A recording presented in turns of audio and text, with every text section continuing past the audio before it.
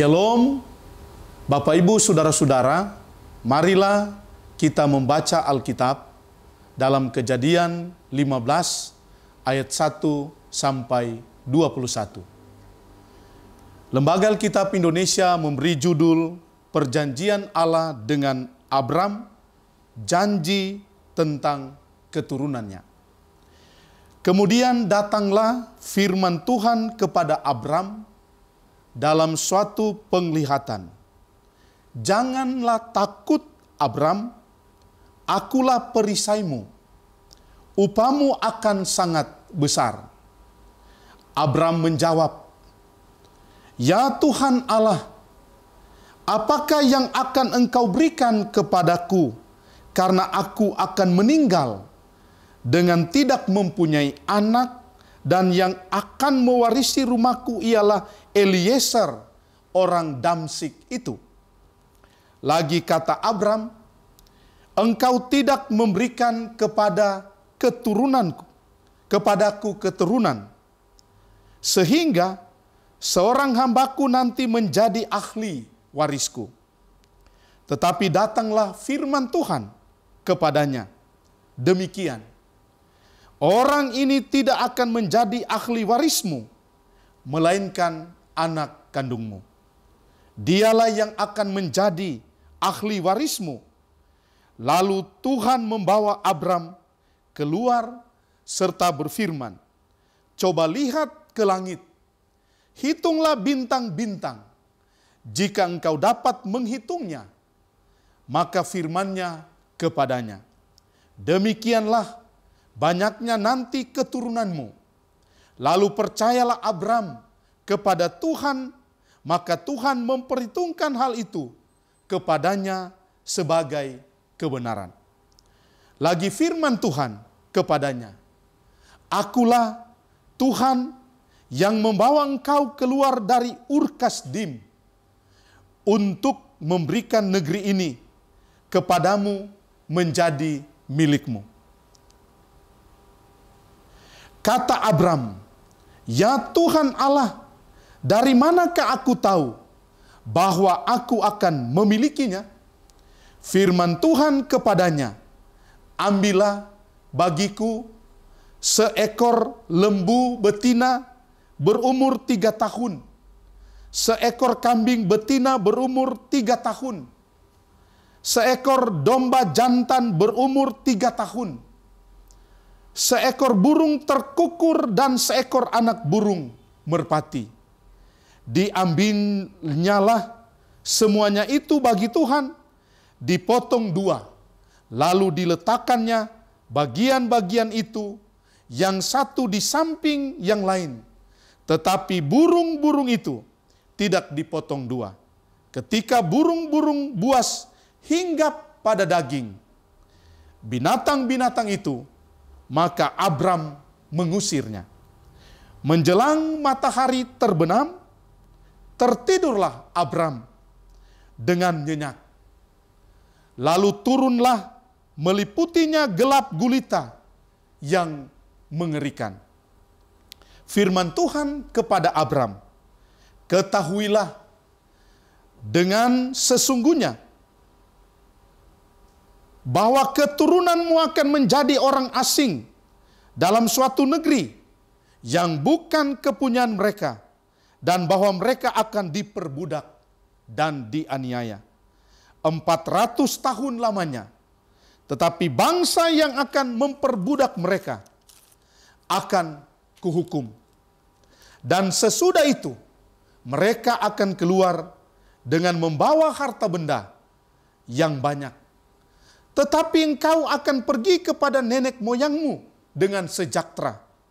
Engkau akan dikuburkan pada waktu telah putih rambutmu. Tetapi keturunan yang keempat akan kembali ke sini. Sebab sebelum itu kedurjanaan orang Amori itu belum genap. Ketika matahari telah terbenam dan hari menjadi gelap, maka kelihatanlah perapian yang berasap beserta sulu yang berapi lewat di antara potong-potongan daging itu. Pada hari itulah Tuhan mengadakan perjanjian dengan Abram, serta berfirman kepada keturunan mula, kuberikan negeri ini, mulai dari sungai Mesir, sampai ke sungai yang besar itu, sungai Efrat, yakni tanah orang Keni, orang Kenas, orang Kadmon, orang Het, orang Feris, orang Kanaan, orang Girgasi, dan orang Yebus. Demikianlah Kejadian pasal 15 ayat 1 sampai dengan ayatnya yang ke-21. Bapak Ibu saudara-saudara yang Tuhan Yesus berkati. Ada ucapan bijak yang tertulis begini. Pemenang membuat komitmen, tetapi pecundang hanya bisa membuat janji. Dalam menjalani hidup kita setiap hari, saya memastikan bahwa di antara Bapak Ibu, saudara-saudara dan saya pasti pernah membuat janji. Entah kita berjanji dengan suami kita, entah kita berjanji dengan istri kita, atau entah kita berjanji dengan anak-anak kita. Bahkan kita berjanji dengan orang lain. Bapak Ibu saudara-saudara yang Tuhan Yesus berkati. Bacaan kita hari ini memberitahukan kepada kita bagaimana Tuhan Allah hendak mengikat janjinya dengan seorang yang bernama Abram. Mari kita lihat situasi Abram saat dia mengikat janji dengan Tuhan. Yang pertama, Abram saat itu, ia sedang memasuki masa usia lanjutnya. Dan dia belum dikaruniai keturunan dengan istrinya yang bernama Sarai. Yang kedua, Abram mulai pesimis. Gumamnya, mungkinkah Eliezer menerima harta warisannya? Dalam kondisi seperti ini, Bapak Ibu saudara-saudara, Abram mulai kehilangan pengharapan untuk memiliki keturunan. Namun, Abram menerima janji Tuhan bahwa keturunannya akan mewarisi apa yang dijanjikan Allah kepada Abram. Dalam situasi seperti itu, jika kita berada di posisi seperti Abram, dalam hati kecil kita akan pasti bertanya, masa le Tuhan, betul so? Masa kuah kita?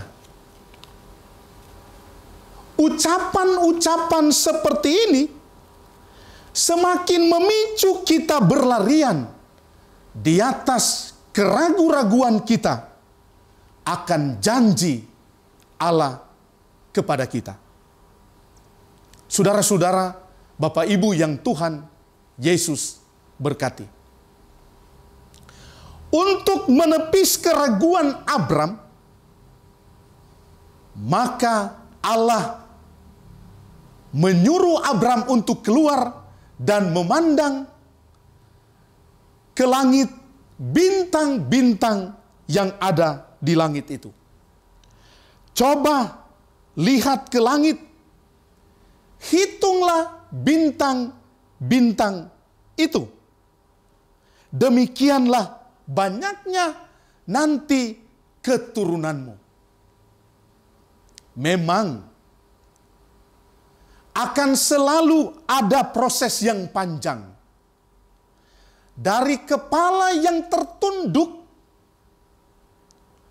meragu, menjadi kepala yang menatap, menengadah ke arah bintang-bintang di langit dan percaya. Tuh anak belum lahir, tapi Abram sudah percaya kepada Allahnya. Inilah yang disebut iman. Iman bukanlah terletak pada hal yang kelihatan, tetapi iman terletak pada janji Tuhan. Iman inilah yang menepis keraguan-raguan Abram akan janji Allah yang Allah sampaikan kepada Abram. Bapak, Ibu, saudara-saudara, untuk memastikan janji Allah itu, maka Abram bertanya kepada Tuhan Allah.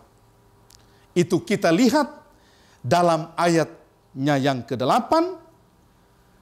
Kata Abram, "Ya Tuhan Allah, dari manakah aku tahu bahwa aku memilikinya?" Atas pertanyaan Abram ini, maka Tuhan Allah memerintahkan Abram untuk mempersembahkan seekor lembu betina berumur 3 tahun, seekor kambing betina berumur 3 tahun, seekor domba jantan berumur 3 tahun, seekor burung terkukur, dan seekor anak burung merpati. Memang di ayat 9 ini, Bapak, Ibu, saudara-saudara, tentunya menggelitik hati kita. Karena kebiasaan di Israel dalam hal mempersembahkan korban dari binatang-binatang, pasti yang dikorbankan adalah binatang yang berkelamin jantan. Tapi dalam teks hari ini, Abram diperintahkan oleh Tuhan mempersembahkan, di ayat 9 tadi, jika kita lihat, mempersembahkan seekor kambing betina dan seekor lembu betina. Tentunya kita tidak mempersoalkan betina dan jantan, karena itu adalah kerja eksegese. Namun kerja kita di hari ini adalah bagaimana pesan teks itu mau kita sampaikan kepada saudara-saudara. Ada 2 hal yang melekat. Yang pertama, Tuhan memberi aturan.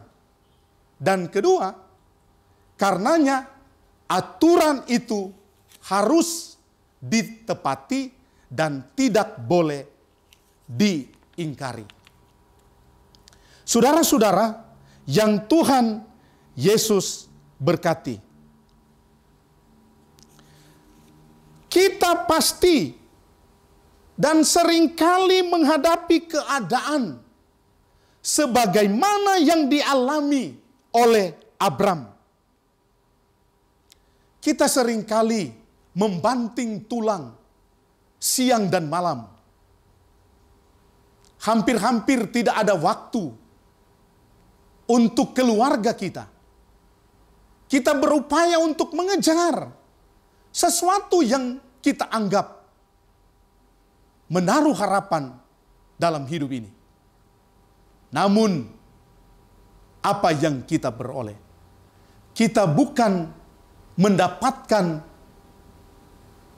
untung, tetapi justru kita mendapatkan hal yang bersifat buntung. Yang kedua, Bapak Ibu Saudara-saudara,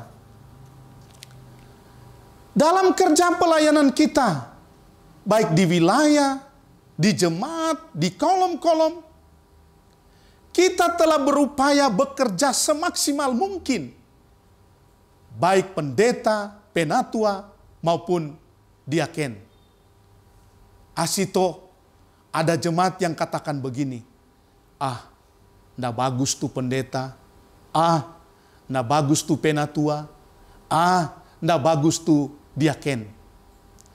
Kata-kata seperti ini seringkali memicu kegalauan kita, sehingga kita meninggalkan pekerjaan pelayanan kita. Bapak Ibu Saudara-saudara, yang Tuhan Yesus berkati,